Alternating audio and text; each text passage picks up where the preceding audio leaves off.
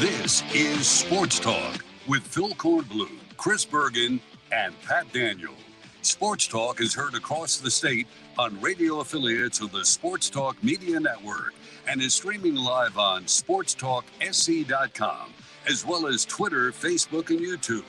The South Carolina Education Lottery lucky number to call in is 888-898-2525. That's 888-898-2525.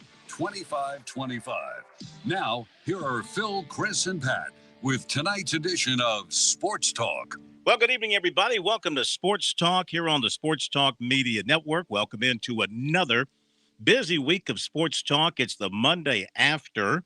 Great weekend of sports. USC wins impressively on the road at Texas A&M. A Q1 victory for the Gamecocks as they put it together in the second half. They continue to have their struggles in the first half, but they're finding a way to put these big runs together in the second half, turning games in their favor. See if they can do it again tomorrow night at Mississippi State. Clemson, of course, off on Saturday.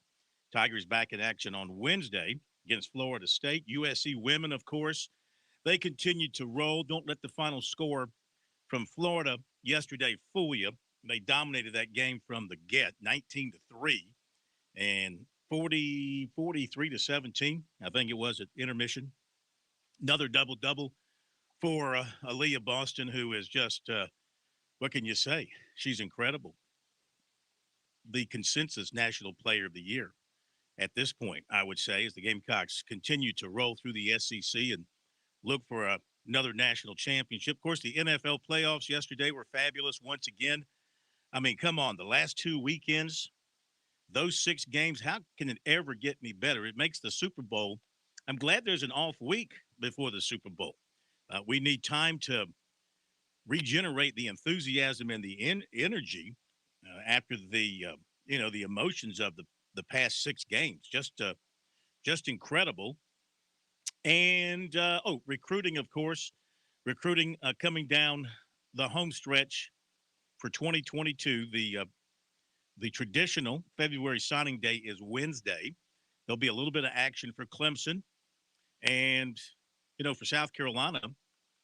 Really, there might not be anything new for them on Wednesday unless the one spot they have left, unless they, find somebody who's going to take that on Wednesday. Otherwise, it might be a nothing kind of day for South Carolina because they've got everything else already in place. So we'll be talking about all that tonight on Sports Talk, going over the weekend activities in recruiting. And, of course, we're taking your phone calls, 888-898-2525, South Carolina Education Lottery lucky number.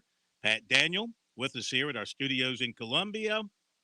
Over in the Timmonsville, Sardis, Florence area, it's Chris Bergen from Bergen Manor. Good evening, sir. Good evening, sir. And do you now still think the NFL overtime rule is unfair? Well, I mean, it's unfair if only one team gets the football. Well, both teams got the football right in the Cincinnati game. It worked. Cincinnati did exactly what I told you last week Buffalo should have done. They played defense. How about that? A remarkable concept in football. They played defense. Now, I will grant you this. Jim Nantz brought up a terrific stat right before overtime yesterday. And he mentioned of the 11 previous games prior to yesterday that the overtime with the new rule where the team that gets the football first, if they score a touchdown, the game is over.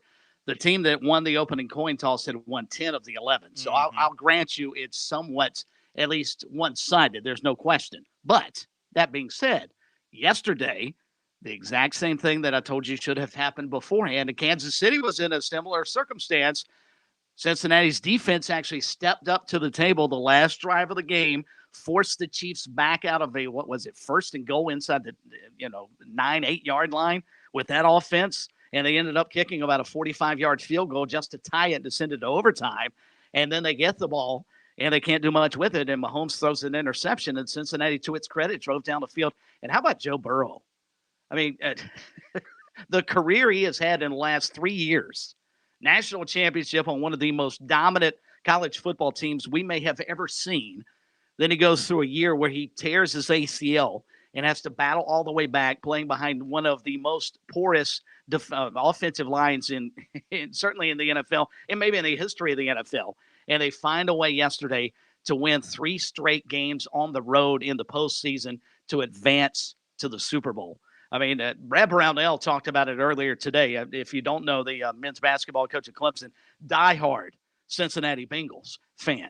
You never hear many diehard Cincinnati Bengals fans because they haven't had much to cheer about since the late 80s. Mm-hmm. But for what they accomplished behind Joe Burrow is nothing short of remarkable. And then the Rams last night playing another terrific game against San Francisco. I just feel bad for Deebo Samuel. Of all the players the past couple of weeks that deserve to get to the Super Bowl, I don't know that you can make a case better than Deebo Samuel. Would have loved to have seen him get to the Super Bowl because he was pretty much San Francisco's offense the past couple of weeks. And then there's Jimmy G. Again, my point stands. Yeah. Deebo Samuel is pretty much the offense for San Francisco. I don't know if the 49ers are going to escape the hole they were in on 4th down, but to throw that wounded duck up there on 3rd down and let it get picked off to end the ball game, I mean, that's unconscionable. Something that you just can't do, especially a guy with his experience in the NFL over all these years. I mean, he's trying to make a play and save the day on that sack, and, he threw it too hard, bounced off the receiver's hands, picked off, game over. That's a tough way to apparently end your career with the 49ers. And probably deservedly so, because what has separated San Francisco, at least this year, from getting an opportunity to go to the Super Bowl. You can't. Matt Stafford is not going to go down in the same realm and the same speak of Tom Brady, Aaron Rodgers, or anybody else. When you think of great NFL quarterbacks, Matthew Stafford's probably not going in that boat. And if San Francisco had a not even great quarterback, just a competent quarterback, I think they get into because they were the way they played. And I thought the Rams were the most talented team, but watching that game yesterday, and Pat mentioned this as we were going off the air Friday, he felt like Sean McVay, San Francisco was in his head, and he made some just ridiculously bad decisions as head coach of the Rams. The 2 challenges he made, anybody watched the game could have said he was going to lose them both. And yet somehow, some way, they find a way to win it. And I think it's because San Francisco does not have a very competent quarterback. And it's something the 49ers have to address going into the offseason. And Chris, adding to that, McVay had only made 1 challenge all season going into this game and then made 2 in that game. And you're absolutely right. From the outside looking in, it seemed very apparent, very obvious that he was going to lose both of those challenges, and especially that last one in the 4th quarter to give up your final timeout where even if you had won the challenge, yes, you keep the timeout, but you only gain about a net 15 to 20 yards anyways. So it just seemed it was baffling. Well, aren't the 49ers counting on Trey Lance to be their quarterback moving forward now? They are. There's no doubt they are. And he probably should have. I wouldn't say insert him into an NFC championship game. He's not ready for that. But I think you're probably right. I think they're assuming he's going to be the guy moving forward for sure. And let me back up. I mentioned Cincinnati had won 3 playoff games on the road. They actually won the wild card game at home and then won those 2 games away from home before getting into the Super Bowl. With that being said, just a remarkable run by Cincinnati. And I didn't have a dog in the fight, but the Bengals were certainly a team I was pulling for over the weekend. All right, our phone number, 888-898-2525. South Carolina Education Lottery lucky number here on Sports Talk. Lines are open all night long, and we'll hear from you. We'll talk about South Carolina, Mississippi State basketball coming up. South Carolina's win over Texas A&M. Clemson coming up against Florida State on Wednesday. The Tigers had a week to rest and get healthy, and P.J. Hall had a chance to rest that foot of his. And now we hit February, Chris, and you basically have 6 weeks, 5 weeks, I guess. You basically have 5 weeks to make your story for the NCAA tournament. You got the rest of the regular season in February, first part of March. Then you start getting into conference tournament play. If South Carolina, Clemson, Coastal, any of the others are going to make their move, now's the time. There's no doubt. In February, it's always the big month. It's the November of college football season. This is when the rubber meets the road. And my question is to Gamecock and Tiger fans, do you believe that your team can finish above 500 in your league? Gamecock's sitting on it right now. Tigers a couple of games back, but winnable games moving forward, though they do have a tough stretch coming up here in a little bit. But it's a Florida State team that they'll see on Wednesday, Phil, that's a bit dinged up. and may not be at full strength when they roll into a Little John on Wednesday. And I think that's a winnable ball game for the Tigers. And Brad Brownell brought up something interesting during his media availability today.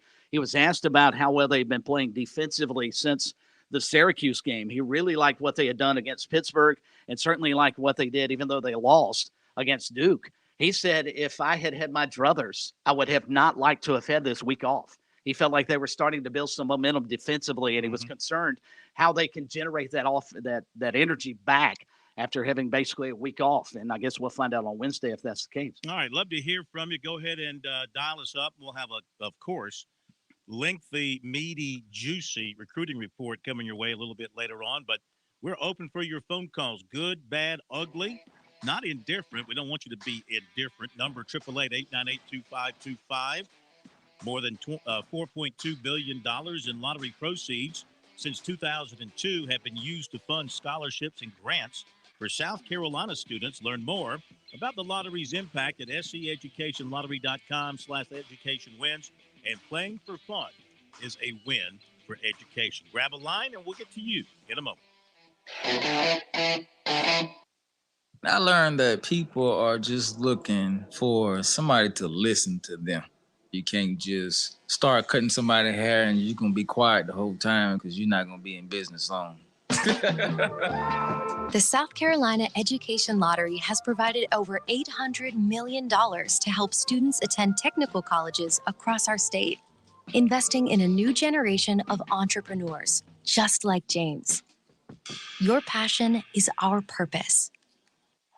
Relax on and off the field with Founders Federal Credit Union. With services like Founders Online and the Founders app, you'll enjoy all the perks of a big bank with local personalized service. If you're looking for low rates, look to Founders. Not a member? Joining Founders Federal Credit Union is easy. Visit relaxjoinfounders.com or one of our more than 30 office locations to see if you qualify for membership. Services require credit evaluation. Terms and conditions apply. Founders Federal Credit Union is federally insured by NCUA. Touchstone Energy cooperative members save more on electricity, and members save more on insurance, groceries, healthcare, restaurants, travel, concerts, and sporting events through Co-op Connections. Touchstone Energy is an alliance of the member-owned electric cooperatives, and as a member, the power is yours. Experience the power of co-op membership with Touchstone Energy and find out how much you can save on electricity and a whole lot more at touchstoneenergy.com.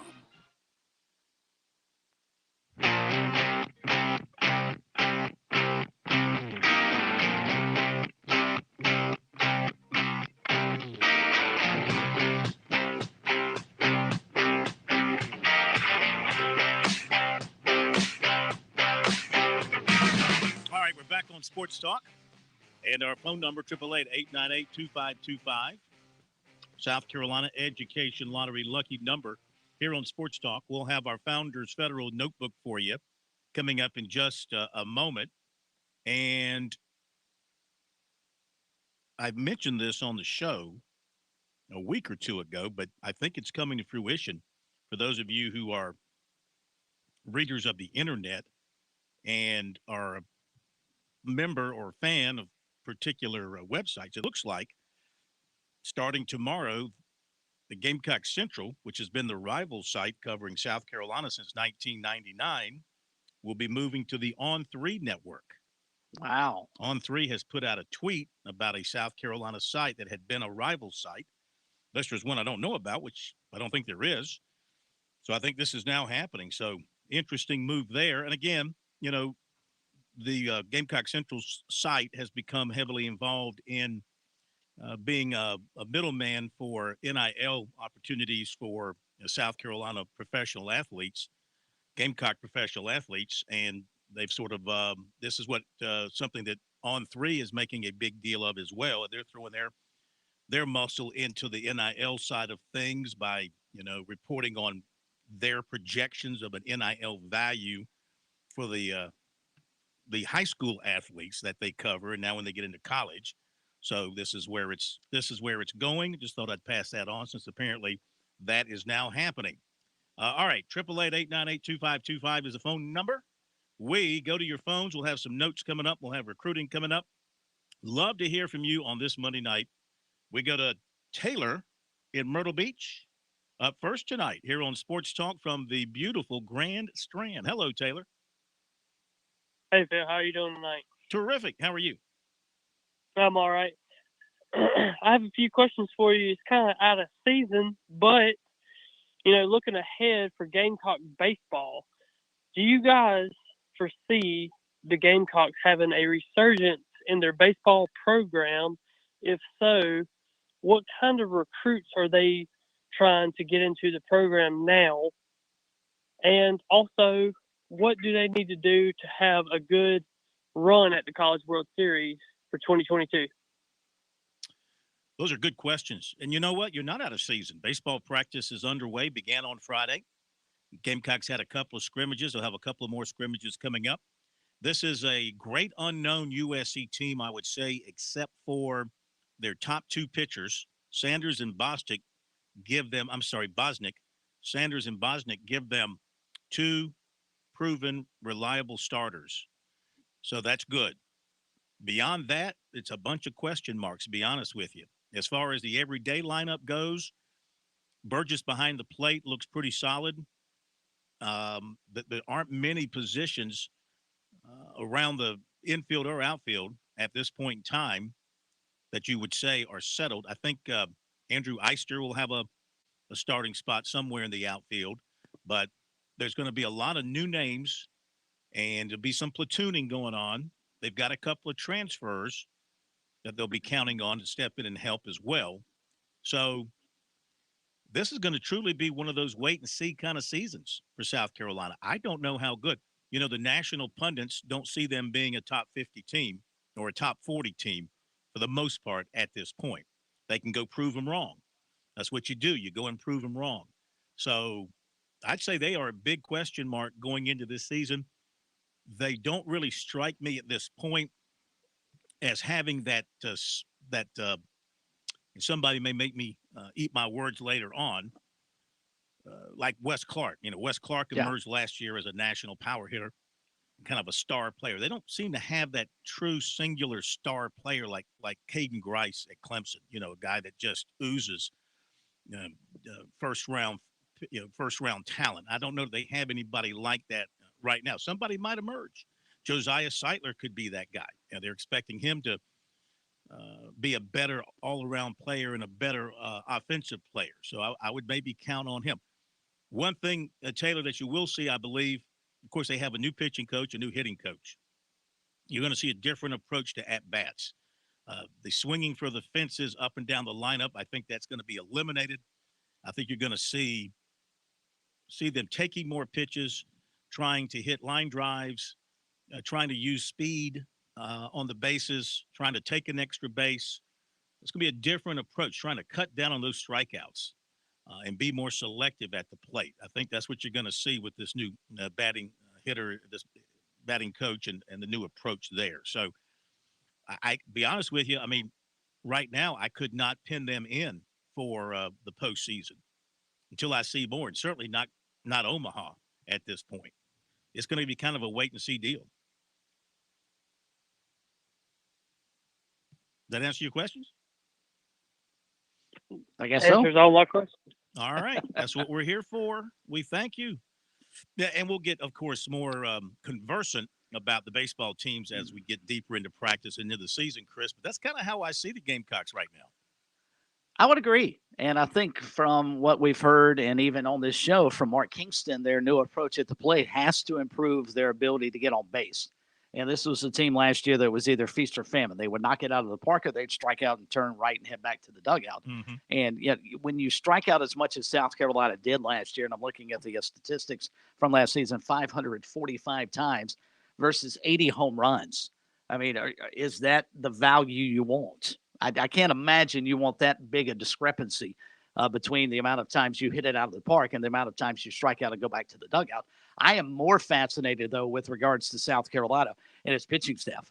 I think, as you pointed out, they've got two solid guys that they can fill into the rotation, especially Friday, Saturday. Mm-hmm. But what do they have after that? And what do they have if you're going to move Bosnick into the starting lineup? What does that mean for their bullpen? That a pitching staff that wasn't terrible last year, an ERA under 4. I think in the modern day of college baseball, you'll take that all day long. But South Carolina cannot bat as a team 246. That's the bottom line. And that goes into the strikeouts and them swinging for the fences as much as they did. And at one point in time, they were the worst hitting team. Can't remember how they finished, but they were the worst hitting team in the SEC. You're not beating SEC caliber pitchers batting 246. You've got to find a way to up that probably 40 points at least. And that's going to be the key incentive for this team is how do they bat as a team. If they're sitting around 275, 280 as a squad, I think you're looking at a team that can make a serious run at Omaha.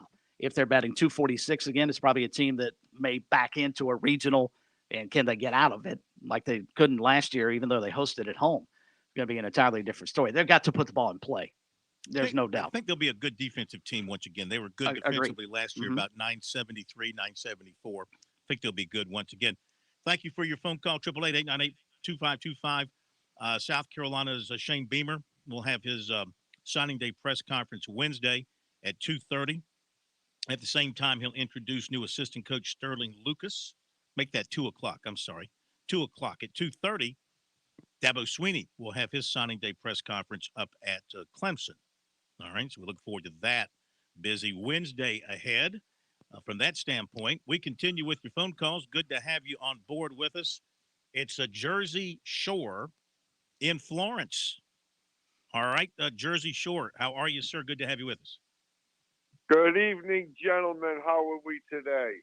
Couldn't be finer. We weren't in Carolina.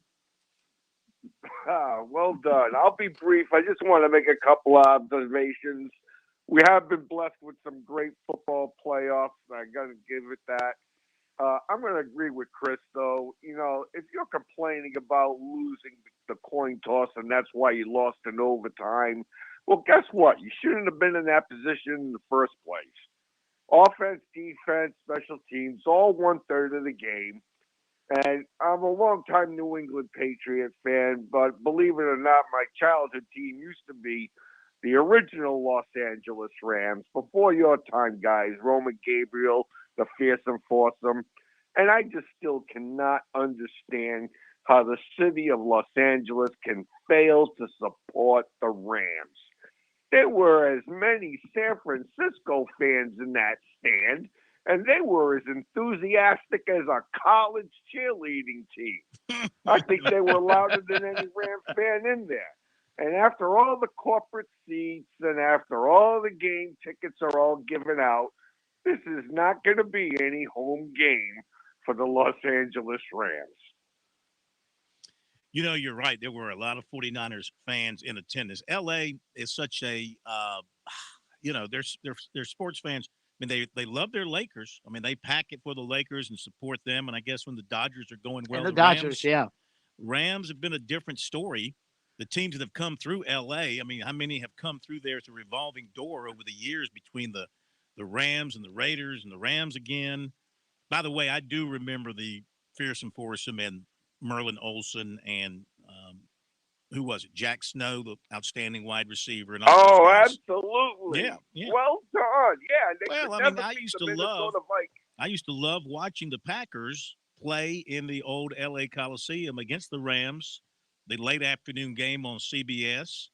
And, the Rams in their let's see. The Packers would wear their whites and the Rams would be in their blue tops. Of course, when the Rams were on the road, they wore all white and they had blue trim, this deep blue trim to their uniforms. I always thought those were kind of neat. But anyway, so I do remember that well. But yeah, of course, the Super Bowl, how many actual fans of the teams get tickets to the Super Bowl, right? Absolutely. I mean, the tickets go to the corporations and to the beautiful people and, whatever's left over, the rank and file who have supported their teams through thick and thin. Maybe a few of them are going to get in and have a chance to be there in person. Well, I will be cheering for Los Angeles. I think it'll be a good game. Cincinnati is definitely legit. They deserve to be there. Jamar Chase is just awesome. And I just hope we all have a good game. You all have a blessed night. All right, so you too. Thank you, buddy. Always a pleasure hearing from you. Continue with our phone calls after the break. 888-898-2525. If it's busy, keep trying. If you're on hold, hang on. I promise you, We'll get to you in just a moment. Be right back here on Sports Talk. On Point Weather is made possible by our friends at Palmetto Citizens Federal Credit Union on 107 The Point. And here's tonight's forecast. Clear and cool with an overnight low of 32. Tomorrow, mostly sunny skies and a high topping out at 60. We warm up the rest of the work week, getting all the way up to the mid-70s by Thursday. Rain on Friday for us, and a cold front for the weekend with a Sunday high of only 45. Brian Leonard with your On Point local weather. Hey, it's Jay with the Melting Pot. So this is the time of year when we try to be responsible and plan out the next 12 months. I'm not good at it either, so let's work on this together.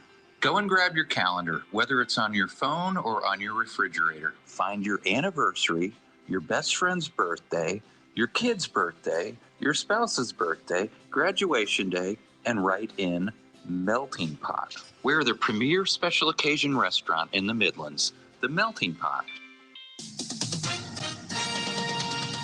With SRN News, I'm Keith Peters reporting. The Pennsylvania Department of Transportation says the bridge that collapsed in Pittsburgh last week showed deterioration during a September inspection that wasn't bad enough to require its closure. PennDOT spokesperson Alexis Campbell said Monday that state and federal laws and the ongoing investigation mean her agency won't release the full inspection report. The Forbes Avenue Bridge over Fern Hollow Creek and Frick Park collapsed early Friday. 5 cars and a municipal bus plummeted into a ravine. A team from the National Transportation Safety Board is using cranes to lift the vehicles out. No one died in the collapse. Good day on Wall Street as the Dow was up by 406 points. The Nasdaq rose 469. The S&P 500 advanced 83. New York oil at 85.15 a barrel. This is SRN News. Are you looking for free checking and free savings? Dave Ramsey here, telling you to go see my friends at Palmetto Citizens Federal Credit Union. They're not a mega bank that's so big they lose the ability to treat you like a human being. At Palmetto Citizens, you're not just a number, you're a member. Join today at any of their 14 locations or at palmettocitizens.org. Federally insured by the NCUA. Oh man, storm's coming. I need to be prepared. Where's my phone? Oh, there it is.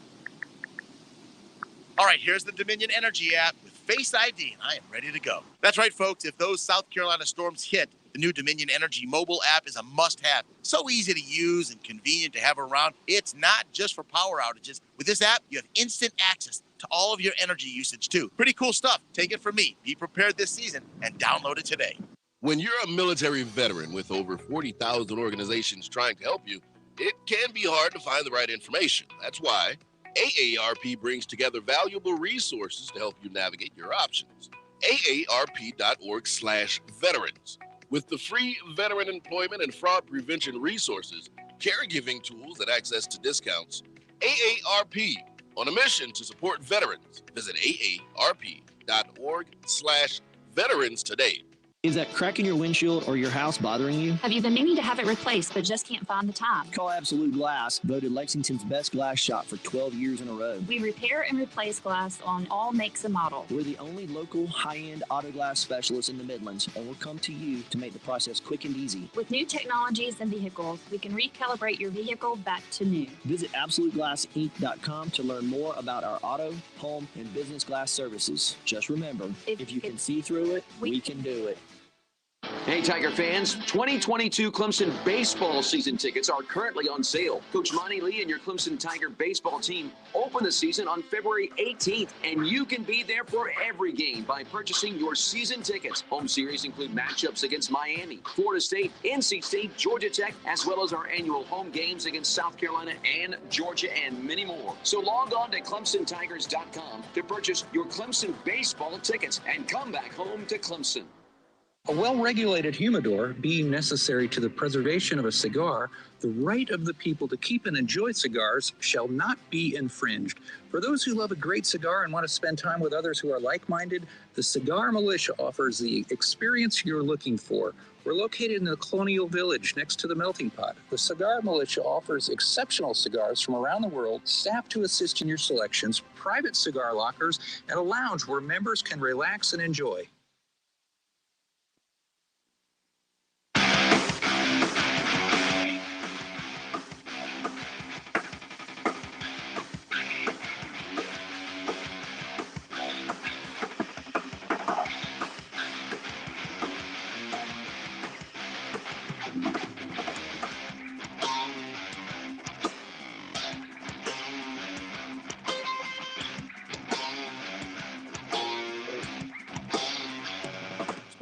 Sports Talk Media Network, radio, streaming, website.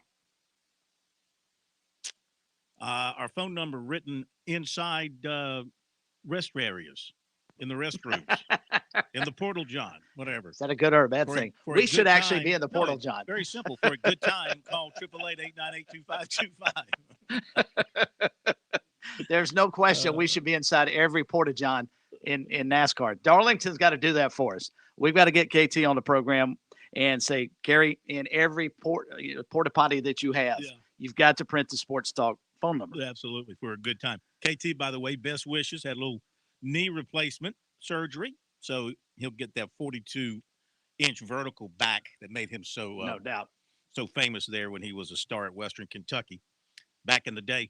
A few notes. Founders Federal Credit Union notebook. Remember, at Founders Federal Credit Union, you can get a mortgage note for 2.33% right now. So don't delay. Some things to pass along. First of all, we've had a great first day reaction to our new poll question. Dabo Swinney continues to ignore the transfer portal, while other programs like South Carolina, Alabama, Oklahoma, LSU, Southern Cal, Ole Miss, Florida State are heavily into it. Is this a good strategy by Swinney? 431 votes so far today. 77.7% say no, not a good strategy. 22.3% say yes. That's one of these things that we shall see. But my goodness, I mean, LSU, Ole Miss, Alabama's taken 3. The Gamecocks have taken, I think, 7. Southern Cal's taken like a dozen or so, or 10, and they're in double figures. And I guess you look at it as, hey, if my program is good and solid and talented and we continue to attract the best high school talent, why should we? If we need a quick fix, if we're rebuilding, if we're short on talent, then why not? I think that's the two approaches. Well, you summed it up. Of the teams you just mentioned outside of Alabama, all of them are trying to rebuild. And that's why I think Dabo's approach is what it is. Now, if the Tigers go, say, 8-4 next year, 7-5, and win their bowl game or lose their bowl game, he may have to rethink this scenario. But I think he can stand on principle right now, and I admire it because I like his approach of still trying to rely as much as they can on high school recruits. The more interesting question may have been, Phil, with their situation where they wait on offers and only offer, a very few, and normally official visits only occur during the football season. How much longer can that work with the influx of the Portal John and everything else and guys wanting to sign and make sure they've got a place to go as quickly as they can? How much longer can Dabo stick to that tradition, maybe more so than just not recruiting out of the portal? All right, a few more notes brought to you by Founders. You've got South Carolina former wide receiver Ortre Smith. He's enrolled at North Carolina Central for his final season of eligibility. He's getting his master's in kinesiology and started classes there 2 weeks ago. He played 19 games at USC, 43 catches, 435 yards, and 4 touchdowns. Of course, he had injuries, and it's too bad things did not work out all the way to the end for him at South Carolina. I really thought he could have been a guy that could have helped them in one way or another, but I think he just, being a graduate and having a chance to go study something that he wanted to study like that and getting a chance to play somewhere, that was the driving factor there. The net rankings this week. The number one team in South Carolina by the net is Furman at 66, up a spot from last week. Clemson at 72, there's no change. USC at 97, dropped 2 spots. Even with a quad one win. Even with right? a, On the a road. quad 1 win, yeah. Don't ask me to explain it. I'm just reading the figures. I'm just giving you the figures. Wofford is 102nd, down 1. Coastal's 149 and up 1. Way to go, Shantz. After a loss on Charleston Saturday. is 162nd, minus a spot. Winthrop's 182, up 3. The Citadel's 241, no change. Upstate is 244, moved up 1. Presbyterian's 277, moved up 1. SC State is 313, no change. And Charleston Southern is 348. There's only 350 teams. Yeah. Charleston Southern's 348 and no change. Darlington today, a couple of pieces of major news. Looking for ways to further improve the fan experience. The Colvin Grandstand seating on the back stretch will no longer be available prior to NASCAR's return in May. The backstretch adjustments will allow the track to focus race weekend enhancements on the front stretch to create an even better overall experience to the race fans who choose to attend one or both weekends. The enhanced fan experience in the front stretch grandstands will also bring fans closer to the race action, the pit road, to pre-race activities, expansive midway experience, multiple concession options, and more. Ticket holders with seats in the Colvin Grandstand will receive the same pricing options in the Pearson Tower as offered in their previous seating location. So no backstretch seating at Darlington, which, it's not a lot of seats back there anymore. But I bet you got some guys and gals probably been sitting in those same seats on the Colvin Grandstand for 50 years. Without a doubt. I'm stunned by this. Mm-hmm. I had not heard this. Now, is this because normally, and the Colvin that's the one by the highway. Correct. And from years past, they did not put anybody over there for the JV race, the Xfinity, the Nationwide, whatever. Right. And that made sense. But to not have seating there for the Southern 500, are we looking that far ahead? Are they thinking maybe in May they won't have quite the attendance there, and it's an opportunity for them to make some enhancements prior to September? Could be. Because I can't imagine you're going to lose that many ticket sales, because that grandstand has been full for years for the Southern 500. This is an interesting move by Darlington for sure. Also, Darlington announced that as part of the official throwback weekend of NASCAR, Darlington and Dead On Tools are expanding their partnership for the entitlement of the NASCAR Camping World Truck Series race on May the 6th. And so it will now be called the Camping World Truck Series race, the Dead On Tools 200. The Dead On Tools 200. The Dead On Tools is the official hand tool and tool belt of Darlington Raceway. So Dead On Tools 200. Another Gamecock note, Rodriguez Davis, receiver, hampered by injuries in his career at South Carolina, announced his retirement from football today, did so on Instagram. Just said the injuries had caught up to him and they were not going to allow him to get back to playing for the Gamecocks. So he is giving that up. And Gamecock basketball will have a chance to notch a second Q1 win tomorrow night at Mississippi State. The Bulldogs are number 50 in the net this week. USC softball picked 13th last. SEC coaches preseason softball ranking, Alabama number 1, followed by Florida. USC women, of course, still number 1 in the AP women's top 25. How are they not unanimous? Who keeps voting for NC State, a team that South Carolina beat in Raleigh? Alan Smothers. I mean, does Wes Moore have a vote, their head coach? Alan because Smothers. Aside from that, none of that makes sense. Alan Smothers.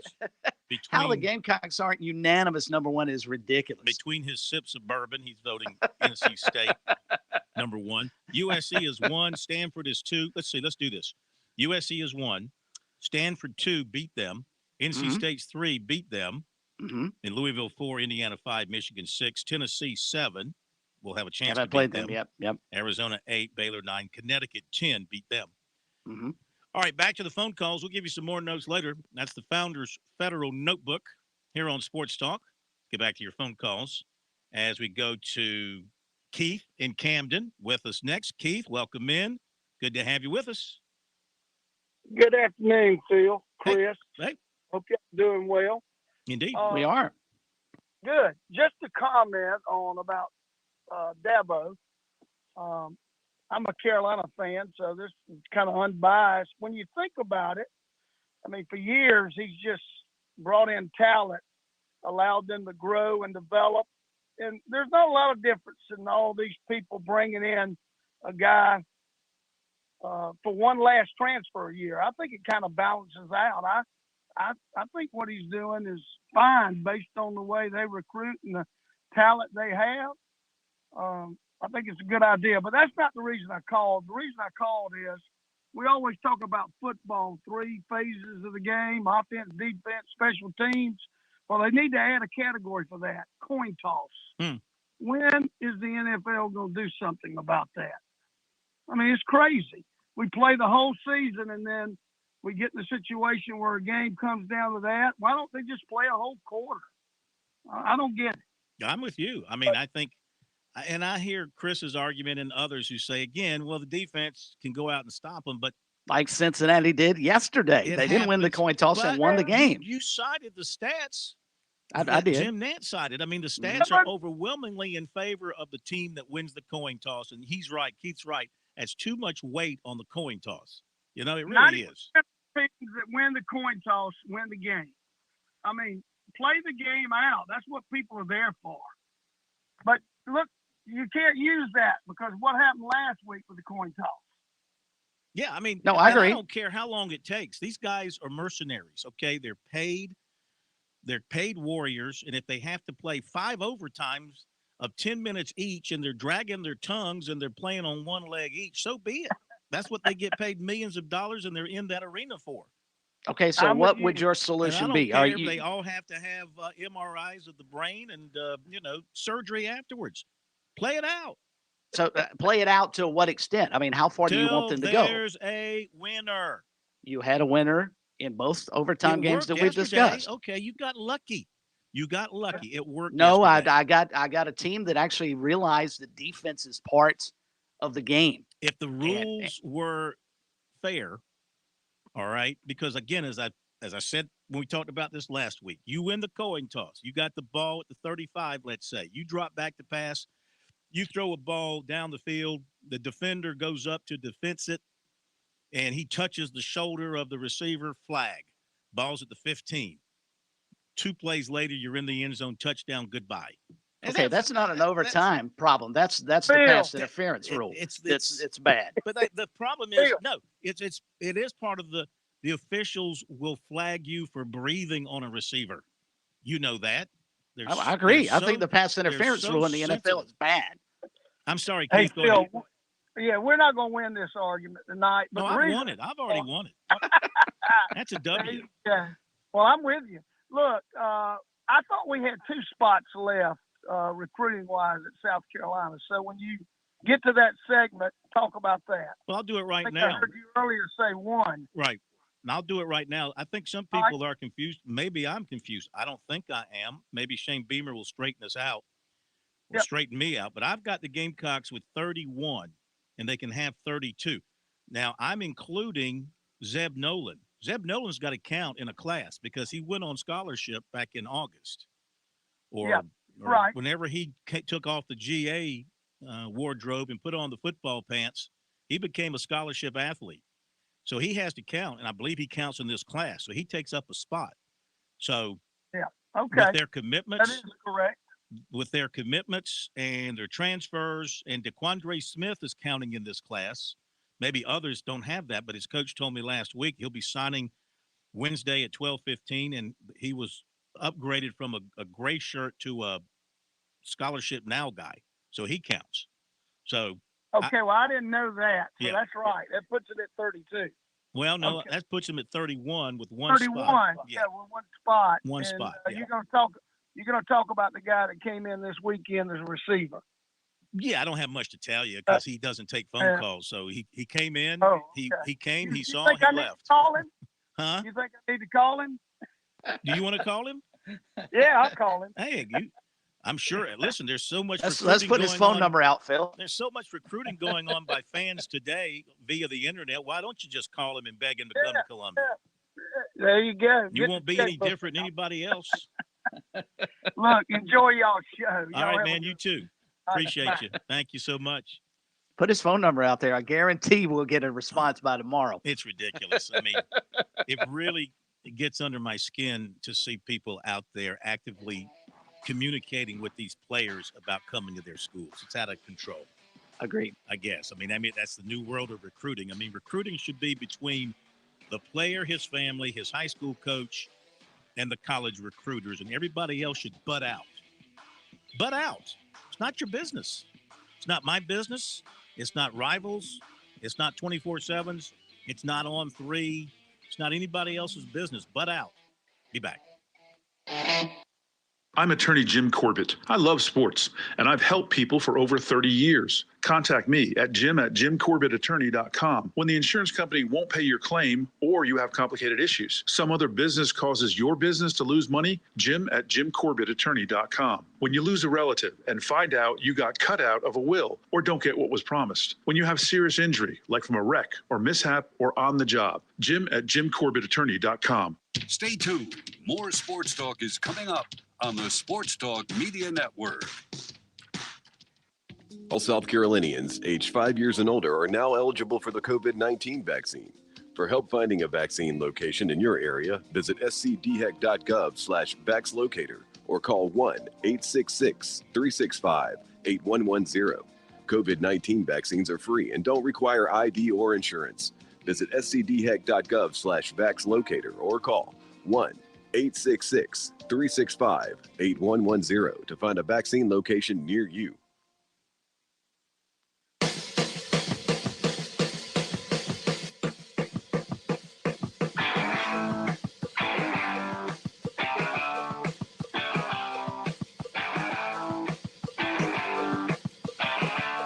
Back we are, Sports Talk Media Network.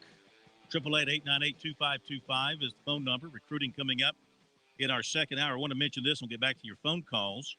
Another day, another NIL deal out there. This is for Grambling State University.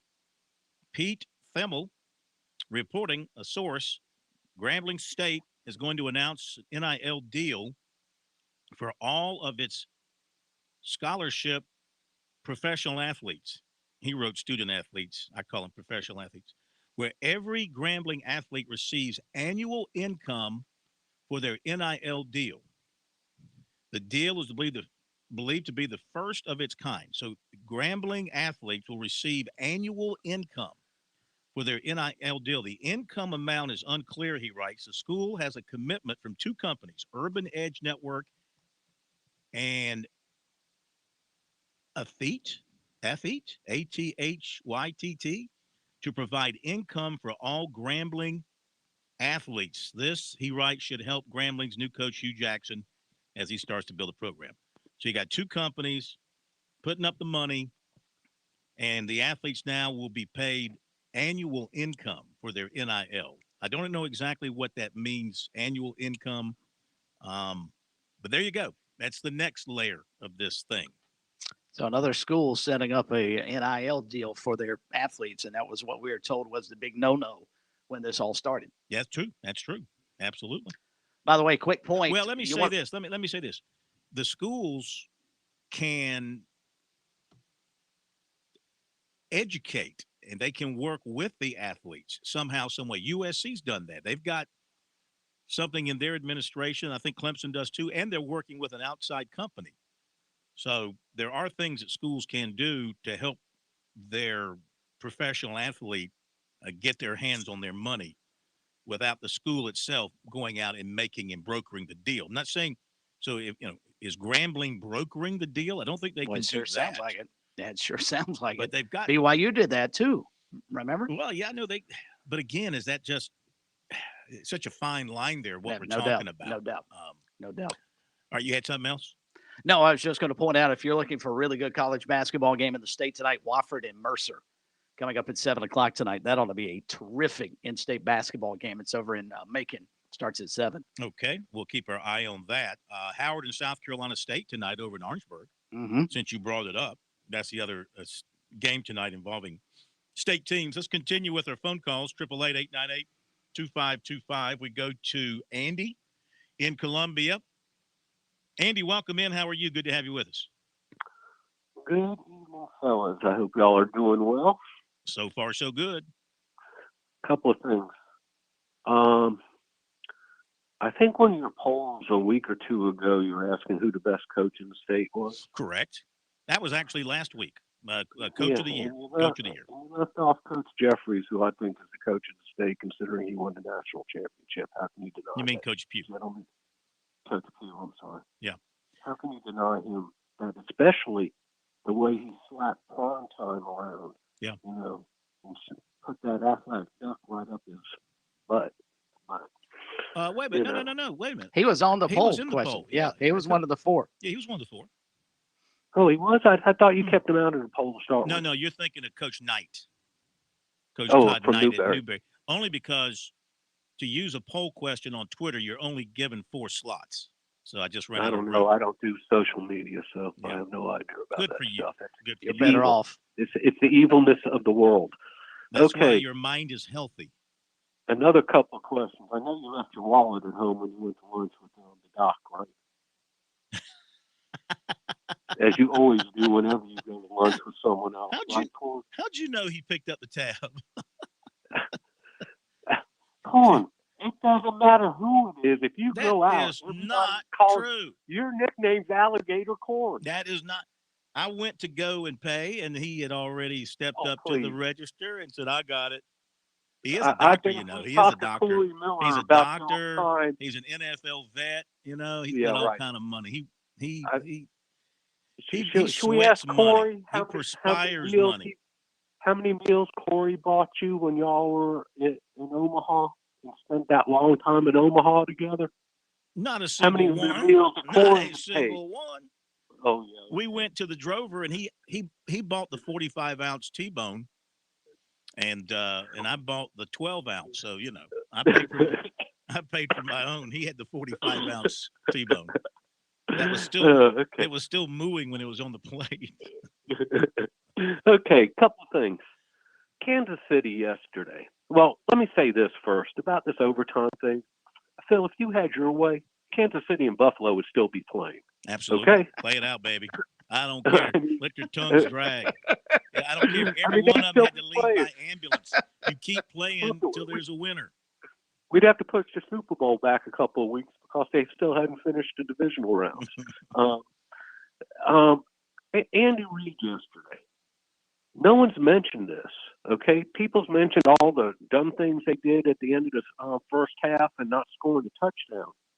What about the dumbest thing he did that didn't give him a timeout at the end of that half? Do y'all not realize what he did in the first quarter? Can I be honest with you? Totally. My season ended Saturday a week ago at about 8 o'clock. Now, I did watch some of the Rams and Niners because I was, it was on and I was there. Tried to get away from it. Chris, you can answer their question. Go ahead. Trying to remember what I watched a good bit of that game. I'm not sure what you're referencing. Okay. When they were going for a first down on a run and it was spotted short. Yes. And he called a timeout. Then he threw the flag for a review. So he burnt a timeout. That's a great Whereas point because I remember the flag, he wouldn't have had a timeout. And I remember the announcers, and that was something that Nance and Romo were interested in, whether or not they got the challenge first or the timeout. You're exactly right. That was a huge mistake and came back to haunt them for sure.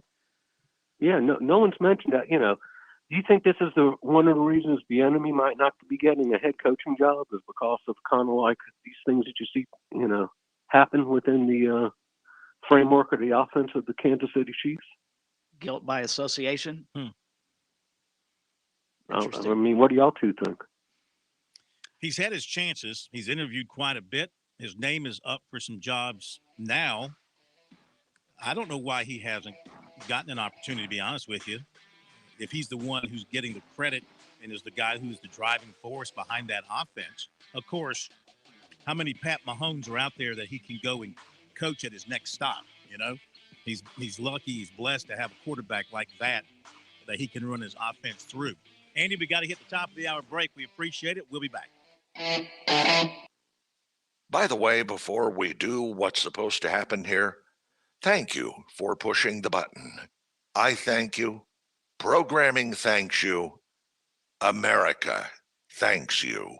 WQXL Columbia, W264DF. From the Bart Fireside Studio, the solution for keeping you warm this winter. This is 107 The Point. News this hour from townhall.com. I'm Keith Peters. More than 3/4 of Americans want President Joe Biden to consider all potential nominees to replace outgoing Supreme Court Justice Stephen Breyer, that according to a recent ABC News Ipsos poll. The poll comes after President Biden said Thursday that he will announce his nominee before the end of February and that the candidate will be a black woman. Among Democrats, 54% supported considering all nominees regardless of race and gender.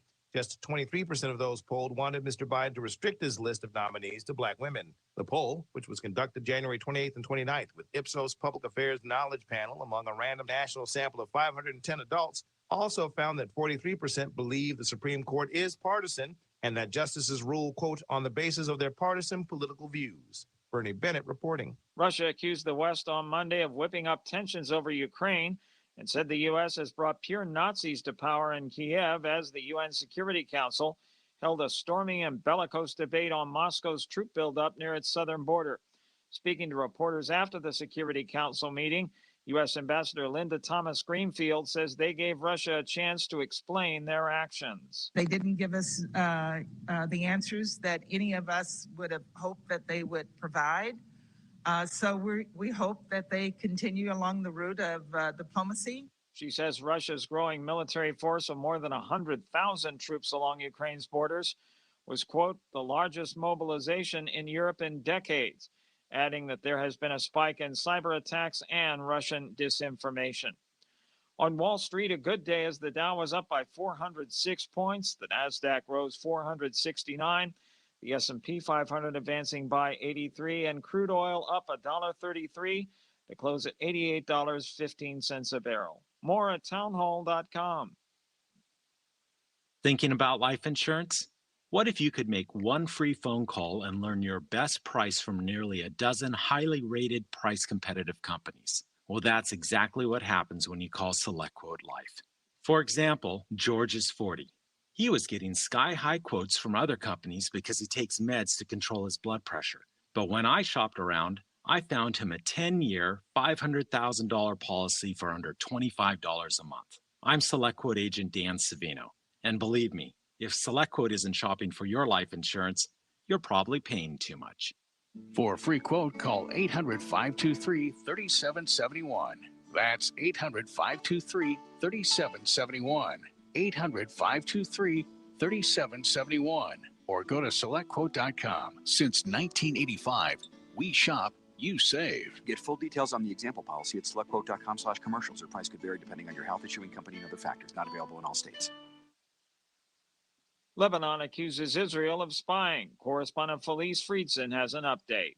The Lebanese government says it uncovered a vast Israeli spy network that has infiltrated Palestinian factions and organizations, including Hezbollah, Hamas, and the Lebanese intelligence agency. 35 arrests have been made so far, 12 of whom have been linked to Israeli intelligence through 15 spy rings, according to Al-Akhbar. The newspaper reports that recruitment was carried out through social media, payments attributed to family members being made through third-party nations. Information the suspects are said to have obtained pertains to everyday data on real estate and the economy. At least one suspect was arrested in Syria. The 5-week-old operation is said to be the largest ever against Israel.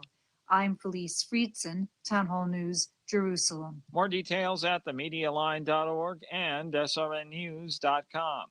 I'm Keith Peters reporting. On Point Weather is made possible by our friends at Palmetto Citizens Federal Credit Union on 107 The Point.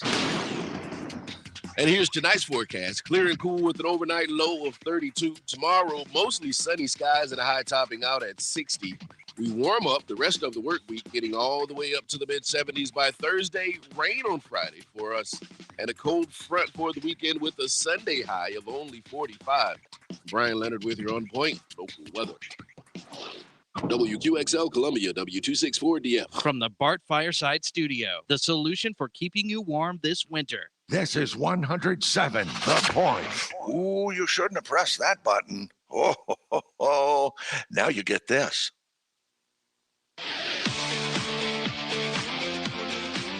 Welcome back to Sports Talk on the Sports Talk Media Network. You can reach the guys with the South Carolina Education Lottery lucky number, 888-898-2525. That's 888-898-2525. Now back to Phil, Chris, and Pat with the second hour of Sports Talk on the Sports Talk Media Network. Okay, we're back on Sports Talk on this Monday after. Good to have you with us here. Phil Kornblut, Chris Bergen, and Pat Daniel all checking in from here in Columbia in the PD, 888-898-2525. South Carolina Education Lottery lucky number. We do have one ACC game tonight. Should be a good one. Duke playing up at Notre Dame. Notre Dame and Duke both 7-2 in league play. Duke is off to the early 5-2 lead in that one. South Carolina, Mississippi State tomorrow night. Clemson and Florida State on Wednesday.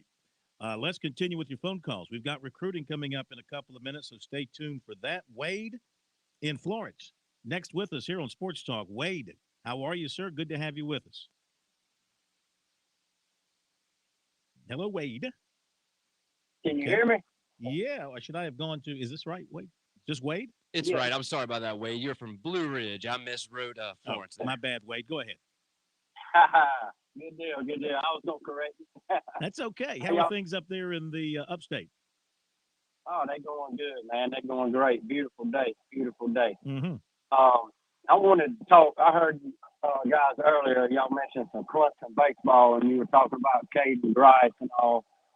And I wanted to get on here and talk about a freshman they got over in Tiger Town right now from my area here in Blue Ridge, a kid named David Lewis.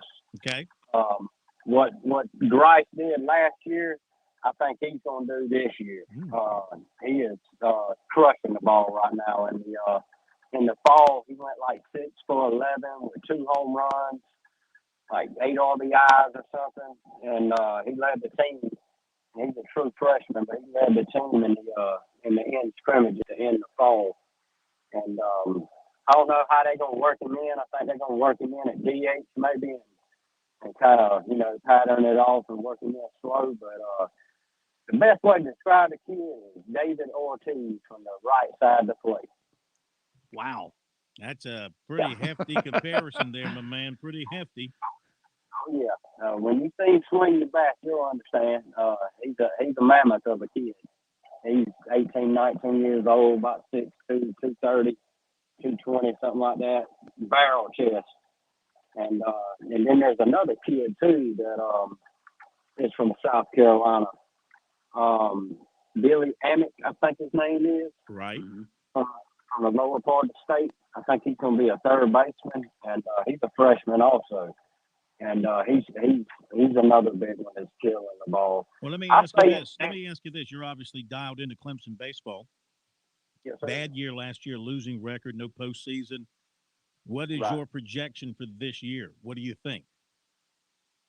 I think they finished second in the Atlantic, and if I had to guess, I'd say NC State wins it.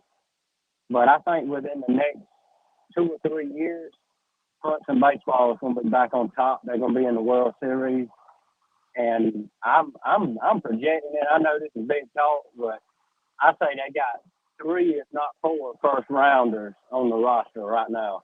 If we can get our pitching right, name those first rounders. I'm sure Grice is one.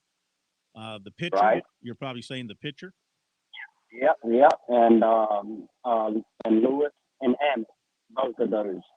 And those guys ain't even stepped on the field yet. I know that's big talk, but what they done, I've kept up with these guys pretty much since they were kids, and just the level of play and what they've done on the college level already just this past fall. I know scrimmages and everything, but they're gonna do some big time things. They'll be back in the World Series here in the next couple of years. All right. Thank you very much. Monty Lee loves to hear from you. As long as you're talking that kind of positivity, boy, he and Monty needs that. He needs to get Clemson beyond where they have been. Last year was a step back. He knows that. He's stuck with his assistant coaches. Some people were railing about changing a pitching coach. He stuck with him. So, they need to reward him by, delivering, better players and producing better players and developing these guys. Anglin, the pitcher I was referring to, he's supposed to be special. Of course, Caden Grice special, and Wade thinks they got a couple of young guys going to have big impact. Well, and Anglin was drafted, in the 13th round when he was, this past season by the Nationals. So he's got all the tools. Right-handed pitcher. He was all freshman, or at least all ACC freshman team last year. Monty's press conference, Friday, Phil, I thought was eye-opening.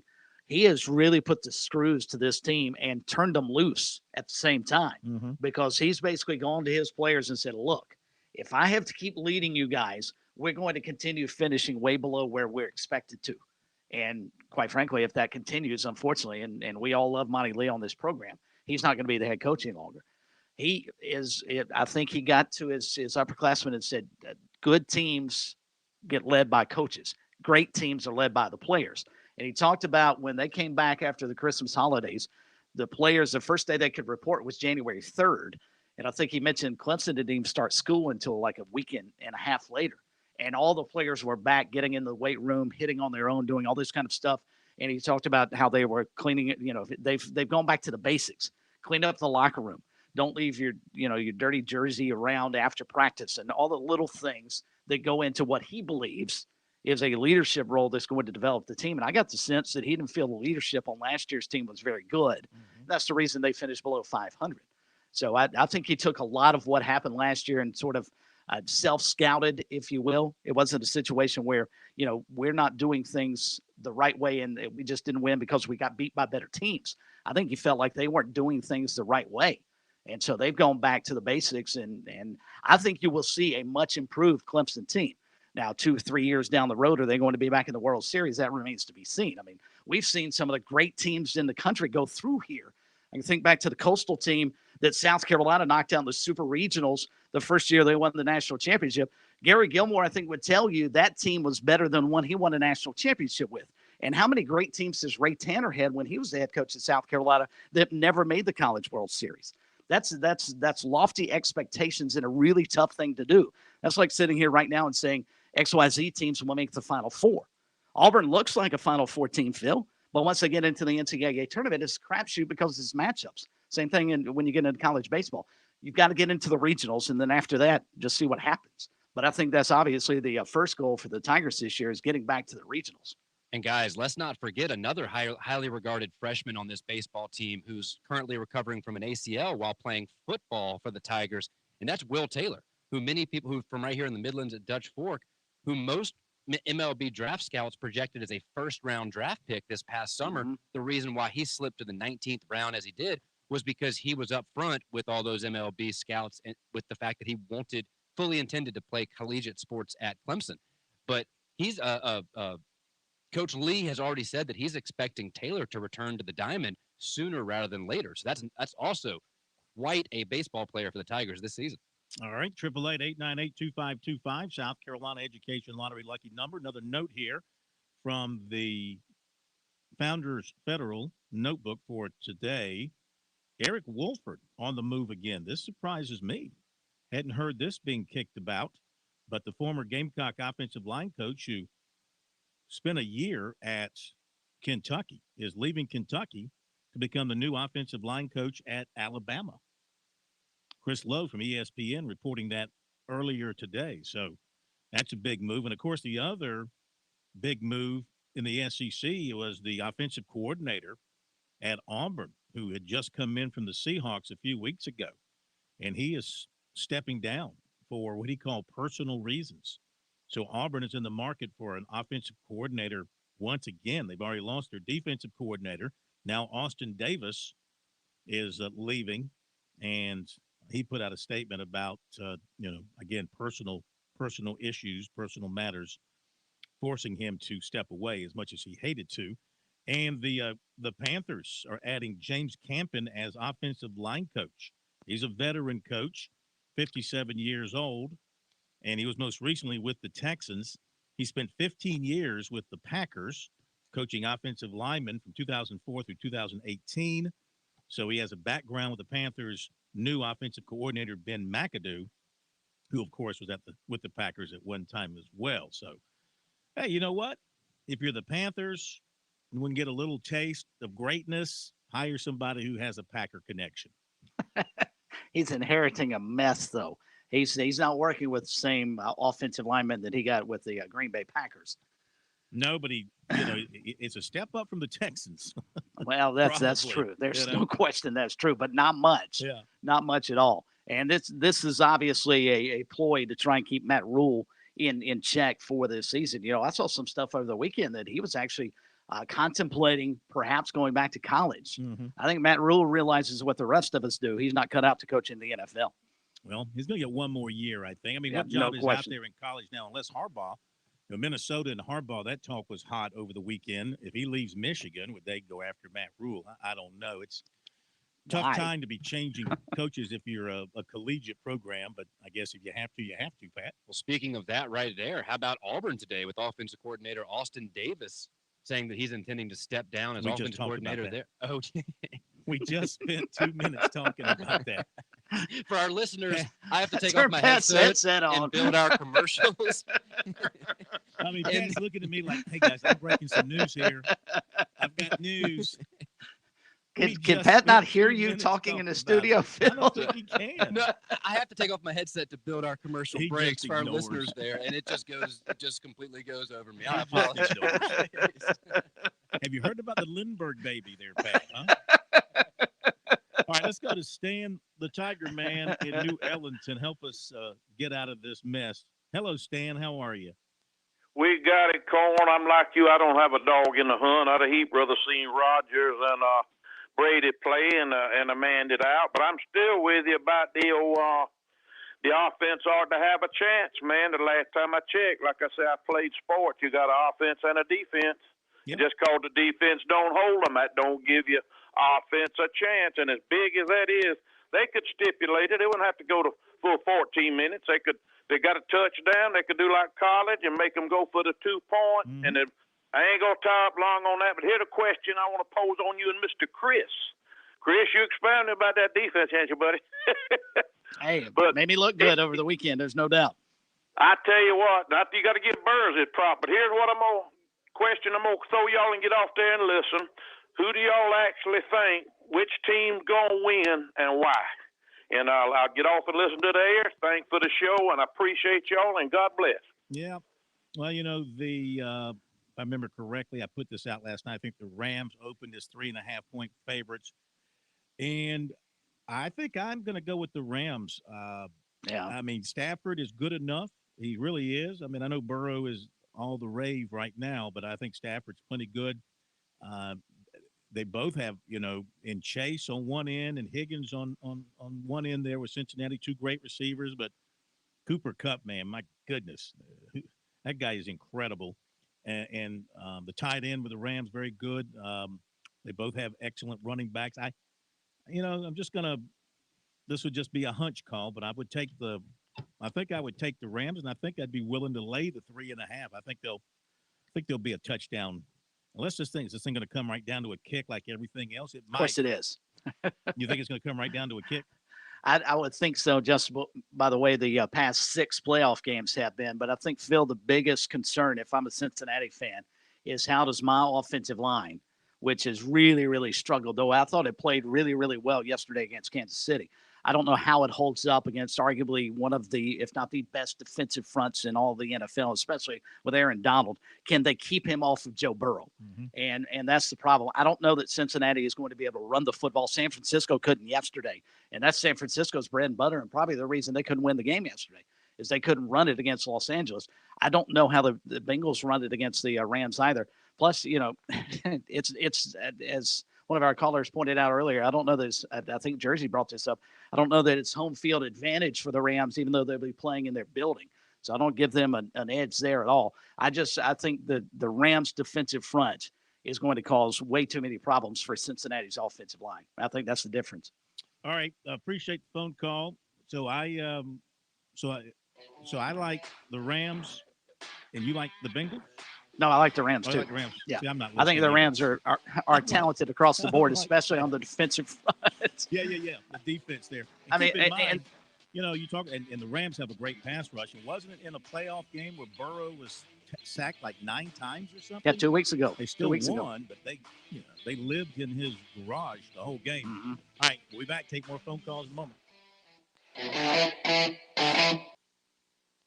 The Southeastern Institute of Manufacturing and Technology, known as SIMT, is ready to meet your 3D printing, machining, and social media listening needs. Our list of clients includes business and industrial partners from around the state, the nation, and the globe. In addition, we are providing social media listening services to a variety of businesses and educational institutions, from large companies to law firms to small rural school districts. The SIMT also rents space for training, conferences, and trade shows. Catering services are available for events being held at the SIMT. We are dedicated to customer service and look forward to serving you. Check us out on the web at simt.com to see a full list of our manufacturing services, or give us a call at 843-413-2740. You're listening to Sports Talk on the Sports Talk Media Network. We're back in a moment. Save like a pro with Founders Federal Credit Union. Founders Loyalty Select account gives you the opportunity to grow your savings at our best rate yet. Fund your account through your favorite Loyalty Select product to get savings today. Not a member yet? Visit RelaxJoinFounders.com or one of our more than 30 office locations to see if you qualify for membership. Services require credit evaluation. Terms and conditions apply. Founders Federal Credit Union is federally insured by NCUA. Sports fans, are you in it to win it? Join South Carolina's fight against COVID-19 by getting your vaccine today. Vaccines are safe and will help stabilize school operations by bringing us back together safely. The CDC recommends everyone 5 years and older get vaccinated. Visit scdhec.gov/VaxLocator or call 866-365-8110 to find a vaccination station near you.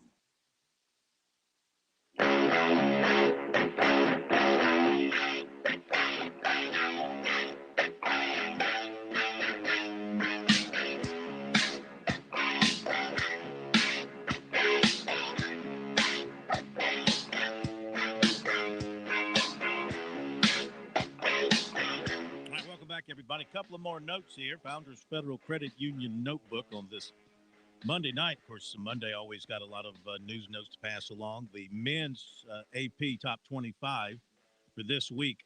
It's Auburn again, number 1, Gonzaga number 2, UCLA 3, Purdue 4, and Kentucky 5. Boy, did Kentucky look good and thrashing Kansas.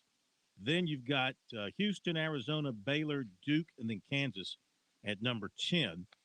And no Gamecocks, no Tigers, no anybody from the what? We do play basketball in this state, AP pollsters. We do play basketball in this state, just not real good basketball. Yeah, who knows? Maybe South Carolina, maybe Clemson, maybe Coastal, getting it together and be able to make a run here. Maybe the college, maybe somebody.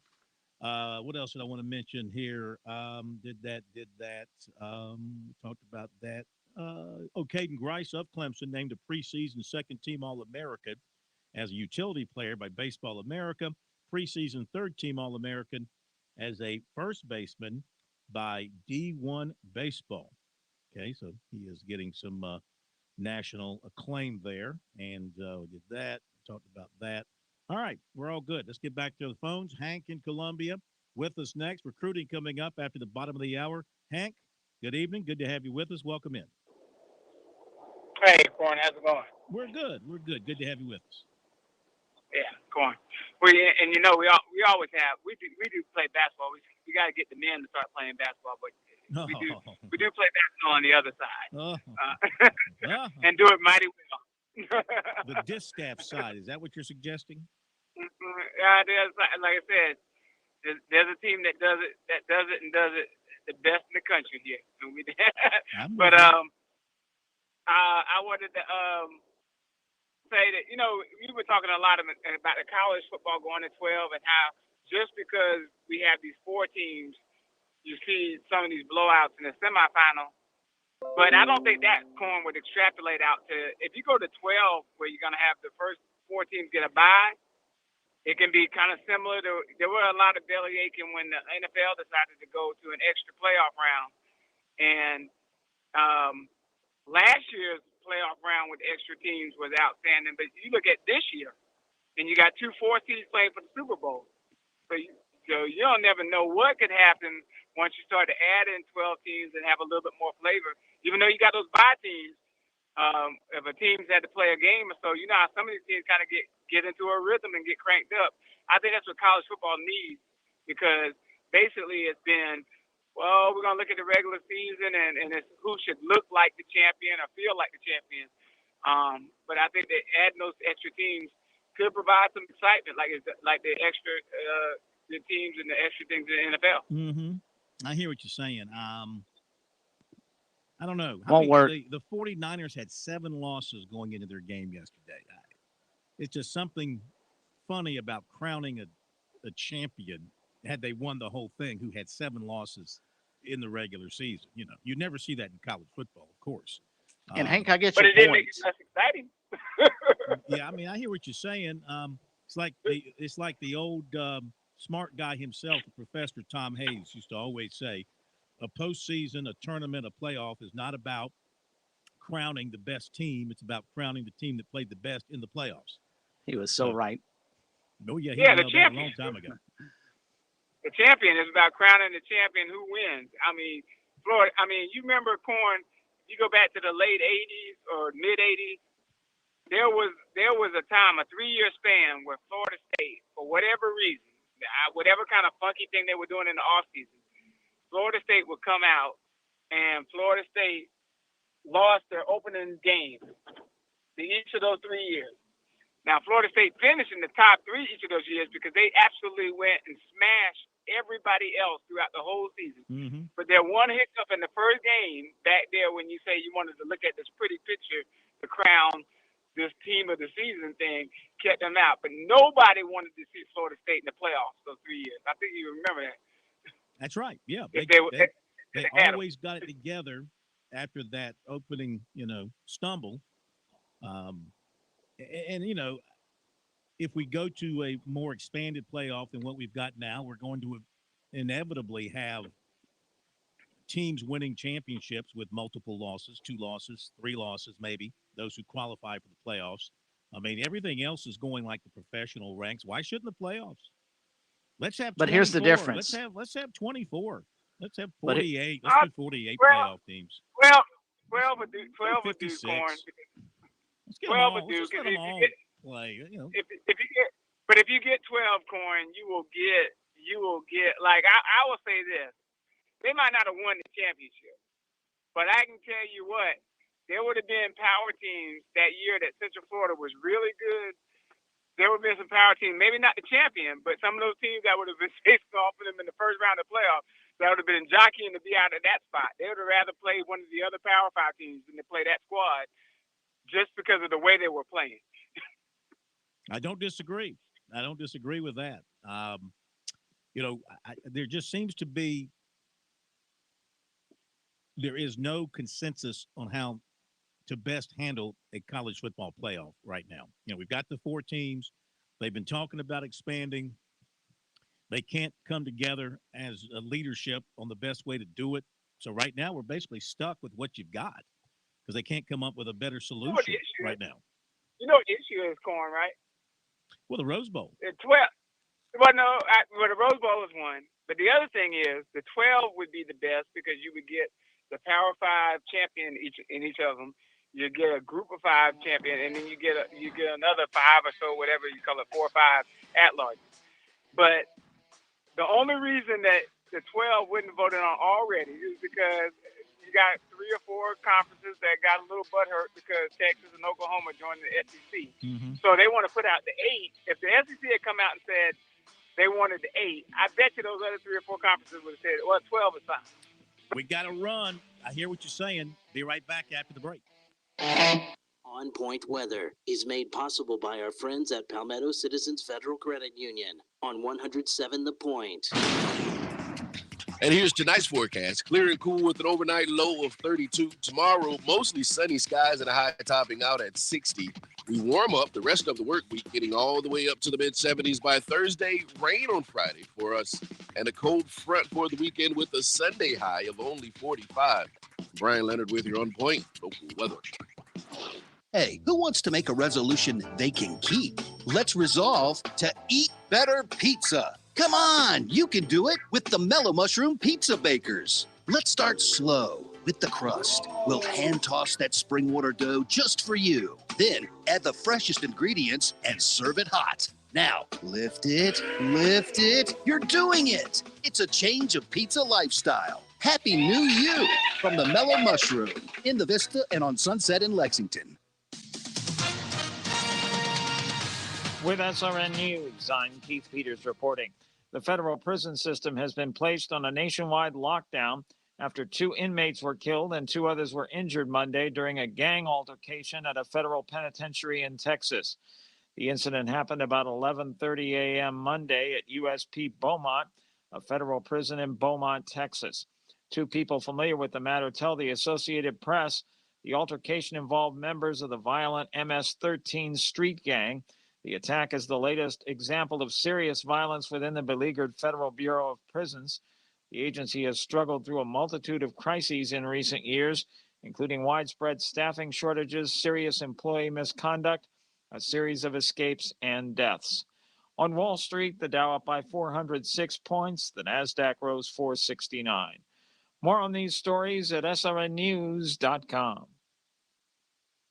A well-regulated humidor being necessary to the preservation of a cigar, the right of the people to keep and enjoy cigars shall not be infringed. For those who love a great cigar and want to spend time with others who are like-minded, the Cigar Militia offers the experience you're looking for.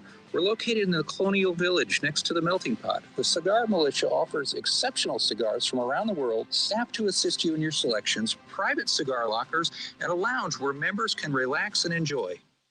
Everyone knows that here at The Point, we are all about supporting local businesses. We are all about local. You cannot get more local than my friend Greg McCoy and his business, Simplified Mortgage Solutions. Fran Halloran here. If you're buying a home or you're looking to refinance your current home, you owe it to yourself to call Greg. He is the real deal. You can expect Greg to treat you like you are his only client. You can expect Greg to scour the market to find you the best rate available. You can expect Greg to charge you a fair price for his work and his service. Why would you deal with some national company headquartered in who knows where when you can do business with Greg? Need further persuasion? Okay. I didn't even mention the good Greg does in our community by supporting local charities like Blue Star Mothers and Camp Chemo. Come on. You need to call Greg. Online at simplifiedmortgagesc.com, or you can call Greg at 803-722-6044. That's 722-6044. Hi, honey. Were you able to drop by Tree Pharmacy today to pick up Mom's medications? Yes, she sure is on a lot of meds. I know. That's why I go over so often, to help make sure she's taking them correctly. Well, I have great news. The pharmacist at True Pharmacy said he can pre-pack her medications into individual doses. Wow. Knowing she's taking the right meds at the right time will give me great peace of mind. But how much does it cost? That's the even better part. It's free. Just another great service they offer at True Pharmacy. True Pharmacy, 2 locations, Charleston Highway in West Columbia and Divine Street downtown. Oh, good, you're home. I need your help. Doing what? replacing our old light bulbs with these new energy-efficient LEDs. Where did you get these? Dominion Energy. I ordered direct from their online store. LEDs for every room, all at huge discounts. Oh, really? Yes, really. And my 15 bulb order got us free shipping. Sounds too good to be true. See for yourself at DominionEnergySC.com. Where? DominionEnergySC.com. Certain restrictions apply. Are you worn out from wall-to-wall political talk? Instead of hearing more about the stuff in Washington that's mostly out of your control, I'll give you the tools to actually take control of your money and your life. Dave Ramsey here. Join me right here on The Point. I'm live and taking your calls weekdays at 2 p.m. I'll teach you how to get on a written plan that actually works, get out of debt, and build wealth. Weekdays at 2 p.m. The Dave Ramsey Show at 100.7 The Point.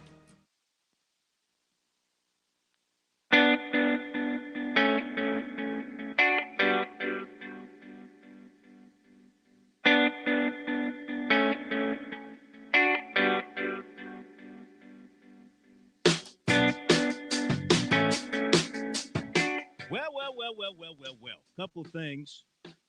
The ACC, what a bunch of production geniuses they are, programming geniuses. So tonight, of all nights, they got Notre Dame and Duke playing basketball. On the ACC network, they decide to do drip by drip the schedule release for football for 2022. Tonight. Can you believe it? Tonight is the night they're doing it. They didn't tell. I saw no promotion of this. Did you see any promotion of no. this? Nothing from I was Clemson? stunned. I was watching social media, and somebody was talking about Clemson's schedule against Louisiana Tech or somebody, and I thought, it's kind of odd to bring this up for football right now. And then you mentioned the ACC was releasing its schedule. I'm thinking, this just makes no sense. The SEC, on the SEC network, they make their schedule release like the second coming. You know, they promote it. It's a big deal. Da-da-da-da-da. The ACC's like, here's our football schedule for next year. As long as Coach K's not listening. So far for Clemson, of course, they play at Georgia Tech in week 1 at Mercedes-Benz Stadium, Labor Day. And then September 10th, the home opener against Furman. And then week 3, already set, Louisiana Tech, no Skip Holtz, on September 17th. Week 4, they go to Wake Forest on the 4th week, September 24th. And then they return home October 1 against NC State. Then they go to Boston College for the first time since 2018, October the 8th. And thank you for not putting it on a Friday night. Thank How about God. that?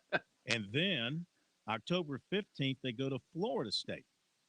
So they've got 3 road games in a 4-week period at Wake, home to State, at BC, and at Florida State.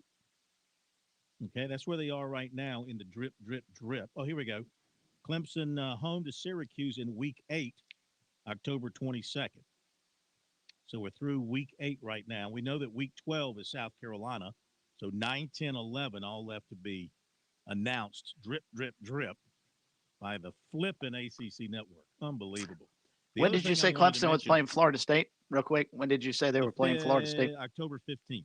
Oh, okay. I just saw that Florida State's second bye week is that week after, the 22nd. Mm-hmm. They may need bye it. week? They get 2 bye weeks? Evidently so, according to Knowles247.com. Well, they need 2 open weeks. They may need it.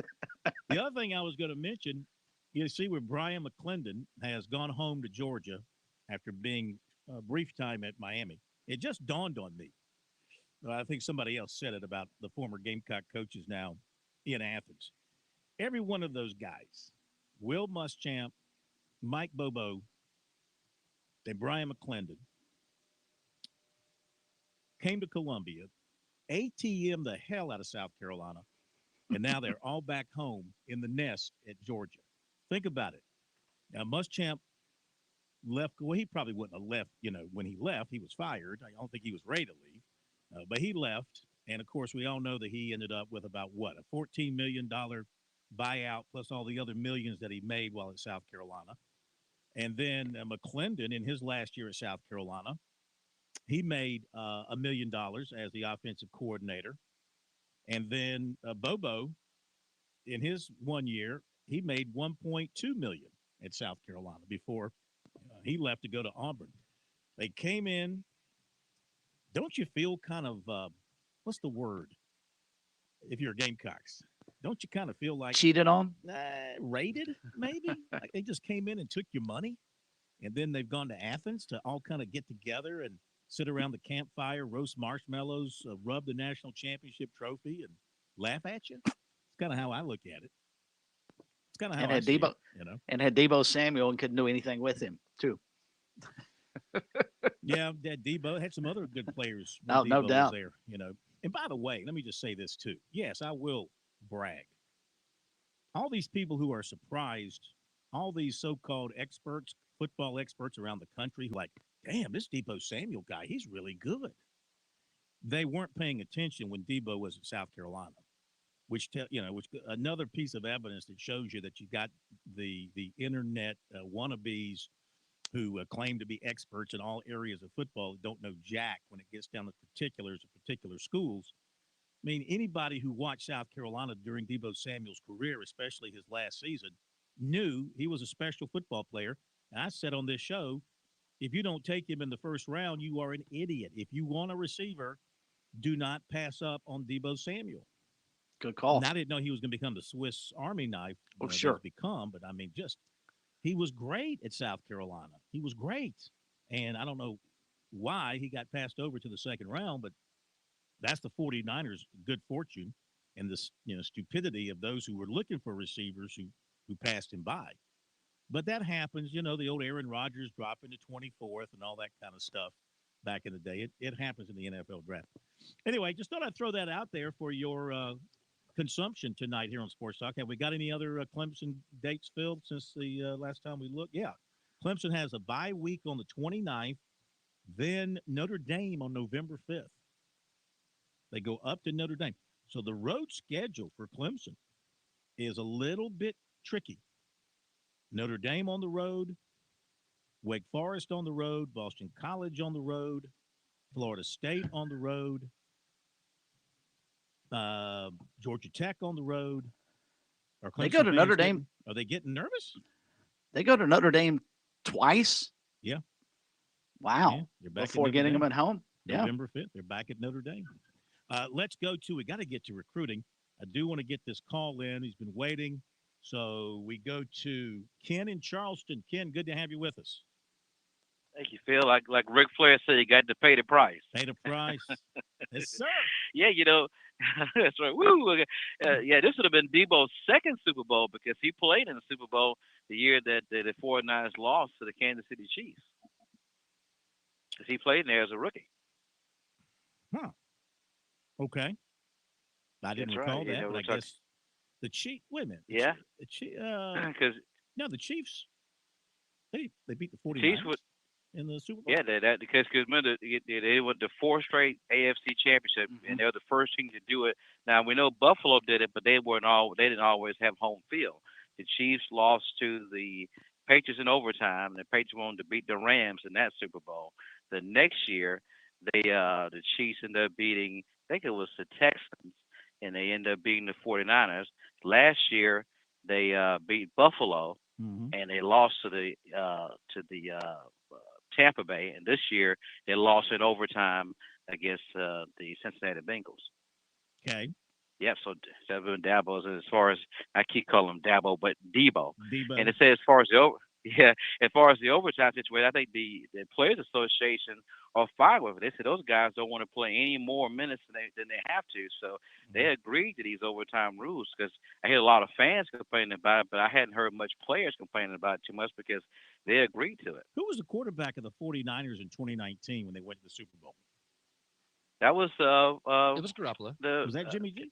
Yeah, Garoppolo. Yeah, Jimmy G. Because he got hurt the first year. He had a receiver wide open that would have ultimately probably won the game for them. Remember, he overthrew. I can't remember who it was, but a receiver who was wide open, streaking down the field. He overthrew him by about 10 yards. The Chiefs then came back down the field and scored, and ultimately won by 11. Okay.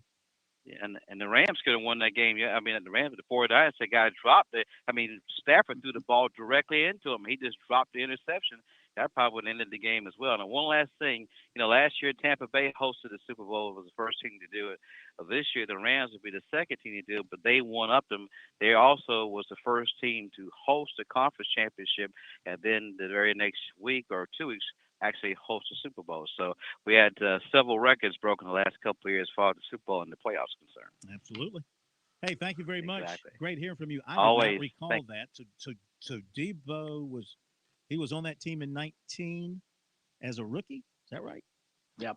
That was the year. His last year at South Carolina was the year they played in Charlotte. Yep. Lost and to he Virginia. set out of the bowl game. And he set out. Right. I didn't want to bring that got up. a lot of grief over you it. brought that up. I didn't bring it up. So that would have been the 2018 college season. So 2019 would have been the next NFL season. By the way, it looks like Clemson's final 3 games will be Louisville, Miami, and South Carolina all at home to finish out the season after they have the off week on the 29th, Notre Dame on the 5th, then Louisville the 12th, Miami the 19th, and South Carolina on the 26th. I think that's what we're looking at there as we wait for the drip, drip, drip from the ACC network here to conclude as far as the Clemson football schedule is concerned. All right, we'll hit the break, and when we come back, we'll give you tonight's lengthy, meaty, juicy, in-depth recruiting report. That's coming your way next here on Sports Talk, brought to you by Seawells. And if we have time, we'll squeeze in another call or two. Update the basketball game. Notre Dame and Duke tonight up in South Bend, and it's Duke rolling 25-14. Minute 24 to go in the half. Wofford over Mercer, 32-26 first half. We've got Major Billy Downer with us here from the South Carolina Department of Natural Resources. Hunting season is upon us. Major Downer, how do we stay safe? Smitty, that's a great question. Mistaken for game is a leading cause of hunting accidents each year. So this year, DNR is encouraging everyone to wear hunter orange and use a flashlight when traveling to and from your hunting location in low light. Remember, be safe, be seen. And remember, life's better outdoors. Visit dnr.sc.gov for more. Life, it has its ups and downs. Sometimes it's little things like hitting every red light or dropping your cell phone. Maybe it's the bills, rent, or pressure at work. But when it comes to the South Carolina Education Lottery, you should never feel like playing will solve everything. The lottery is a game. It's played for fun. So set a dollar amount. Expect not to win and make sure responsibilities, family, friends, and work come first. Visit playresponsiblysc.com. Touchstone Energy cooperative members save more on electricity, and members save more on insurance, groceries, healthcare, restaurants, travel, concerts, and sporting events through Co-op Connections. Touchstone Energy is an alliance of the member-owned electric cooperatives, and as a member, the power is yours. Experience the power of co-op membership with Touchstone Energy and find out how much you can save on electricity and a whole lot more at touchstoneenergy.com.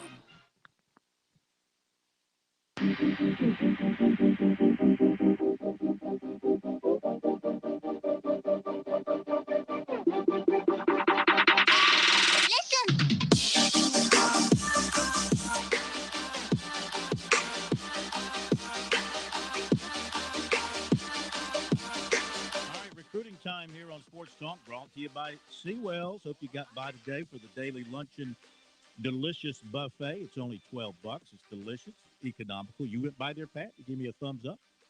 Gave you a thumbs up because kudos to Seawells. They actually have the menu ready to rock for this week. Oh, all right. What we got tomorrow? Tomorrow, we have carved rosemary pork loin along with southern fried chicken and fried fish nuggets. So they're carving up Rosemary's pork loin. Apparently so. Sounds like a treat. Poor Rosemary. Hope she's got extra. All right, what's Wednesday?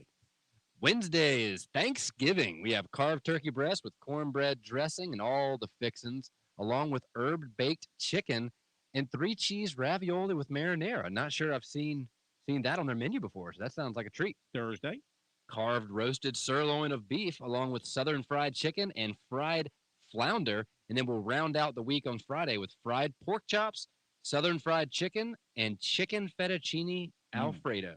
Thursday sounds like my day. Every day can be your day at Seawells for the daily luncheon buffet and for the very best in the catering business for over 70 years.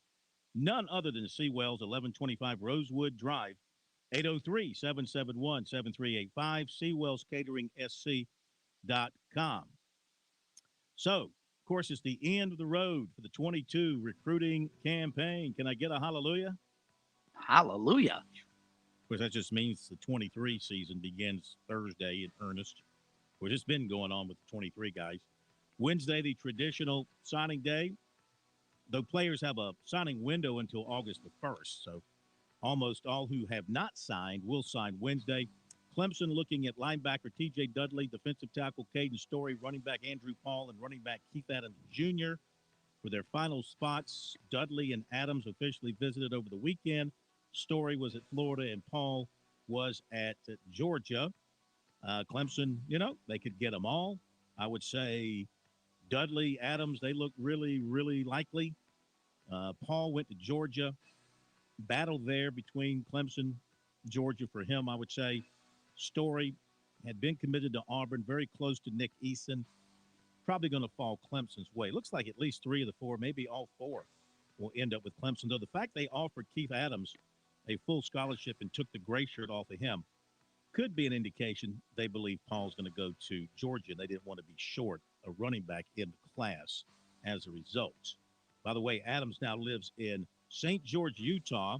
He is Keith Adams' son, the former Clemson star linebacker. Not a bad running back at all. 1,376 yards, 24 touchdowns this season. Now, the Gamecocks, by my math, they have 1 spot remaining. They have been focused on transfer receiver Malik Heath here of late. He was in for an official over the weekend. He's from Mississippi. He went to junior college before Mississippi State. And he also visited USC before signing with the Bulldogs. In 2 seasons in Starkville, 71 receptions, 749 yards, and 8 touchdowns. He'll have 1 season of eligibility for his next stop. He does not have to sign Wednesday. He would not enroll until the summer. Ole Miss, Jackson State are 2 others involved with him. Maybe Tennessee is in there a little bit as well. Some others taking officials this weekend at USC were previous signees. Quarterback Tanner Bailey, safety Nick Emanwari, receiver Xavier Short, receiver Kylie Horton, and defensive tackle Demetrius Watson. Chapman receiver DJ Black's going to USC as a PWO, as is Myrtle Beach OL Mac Walters, who is 6'6", 285.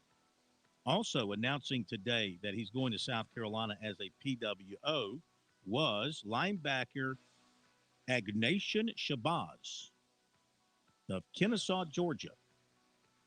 Agnation, A-K-H Nation Shabazz. Shabazz. That'd be great if he makes a tackle. Shabazz makes the tackle. Good Shabazz. If he did it on a Friday, you could say good Shabazz. Most people don't get that. Chapin offensive tackle Chase Swigert was at USC Saturday. He will not sign Wednesday. It's going to take some time to decide on PWO offers from the Gamecocks, Penn State, and Auburn. Hilton Head running back Chase McCracken received a PWO offer from USC. 2023 prospects in at Clemson on Saturday for their junior day. Linebacker Grayson Howard, Jacksonville. Safety Dakari Nelson of Selma, Alabama. Defensive tackle Keith Sampson of New Bern, North Carolina. Receiver Tyler Williams of Lakeland, Florida. Defensive end Peter Woods of Alabaster, Alabama. Quarterback Christopher Vizina of Birmingham. Defensive tackle Jordan Hall of Jacksonville. Offensive tackle Sam Pendleton of, here we go,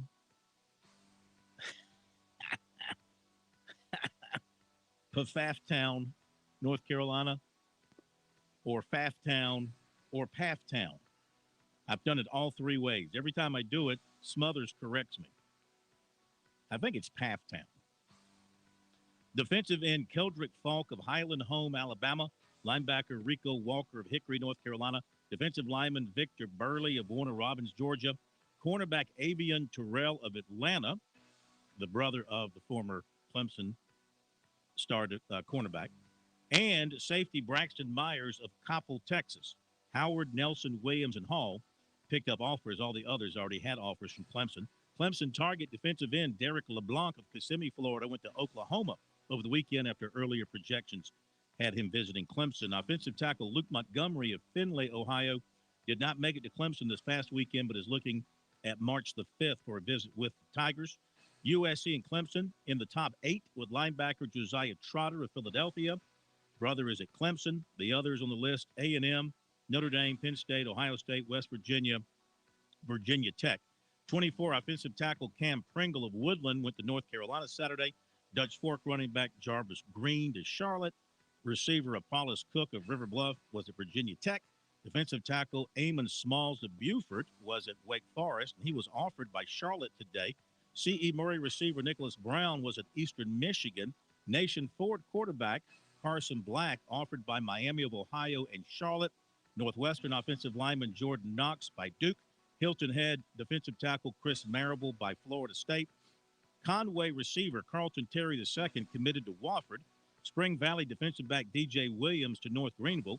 Receiver Chase Smith of Ridgeview to Eastern Michigan. Cane Bay corner Kalen Frost to Mercer. West Florence running back Terry McKiffin to Georgia Military. West Side running back Amir Dindy to East Tennessee. Clover offensive tackle Hagan Smith to Limestone. Denmark Oler linebacker TJ Williams, athlete Grant Epps of Trinity Collegiate, and running back Jayon Allen of May River to South Carolina State. Spring Valley linebacker David Squires to Wingate. USC's in the top 11 with running back Trayon Webb of Jacksonville. The others are Georgia, Oregon, UCF, Penn State, Michigan, Iowa, Georgia Tech, Tennessee, Arkansas, and Baylor. USC target offensive tackle Zakiah Owens of McDonough, Georgia, was at Georgia Saturday. 2024 quarterback Jaden Davis of Fort Mill and Providence Day in Charlotte, offered by Georgia Tech. Columbia native receiver Devin Hyatt of IMG Academy was Alabama Saturday. Ridgeview offensive tackle Trey Franklin plans to announce Wednesday a PWO offer from USC. Full offers from Virginia, Georgia State, and Charlotte. Tight end Gray Leapart of Gilbert committed to Newberry. I did that one. USC offered 2024 offensive tackle Liam Andrews, 6'5", 270, Brockton, Massachusetts. Running back Cooper John of River Bluff was at Virginia Tech Saturday. Dillon quarterback Jack Grider committed to the Citadel. Basketball, North Carolina coaches were in to watch 2024 6'5" Cam Scott of Lexington in his practice on Saturday. Meantime, offensive guard center Antonio Tripp Jr., 6'4", 285 of Owings Mill, Maryland, was in to see South Carolina with his parents over the weekend. He loved everything about everything in Columbia with the football program, with Beamer, with the staff. South Carolina's in a great place with him right now. They're in his top 9, but they're higher than that. USC, Virginia Tech, Maryland, West Virginia, Louisville, Michigan State, Miami, Michigan, and Penn State are the 9. And he said everything exceeded his expectations at South Carolina. He'll be back for a spring practice or spring game. He's also been to West Virginia this month. He played all 5 positions on the line last season. And at Clemson, we mentioned Sam Pendleton was in from Halftown, North Carolina. He also went to NC State and Virginia Tech over the weekend. He and Thomas Austin are getting very close as they develop their relationship. Austin has been the one recruiting him the heaviest for Clemson. They got to talk more. He also talked to Dabo Swinney, went out to Dabo Swinney's mansion about a mile from campus. All the players did. They got to hang out there Saturday night. They played basketball in his half-court gymnasium, and he just said everything was amazing, enjoyed everything about the visit. He's got 13 offers, and Clemson will be in his short group when he gets it down to that. He has already said that Clemson was a dream offer for him. So you got to believe the Tigers are in great shape with him at this point. South Carolina, Duke, East Carolina, Marshall, North Carolina, Penn State, Tennessee, Coastal Carolina, Michigan, and Louisville are some other offers, but he plans to make his decision by the end of this month or in early March. There you go with the recruiting for now.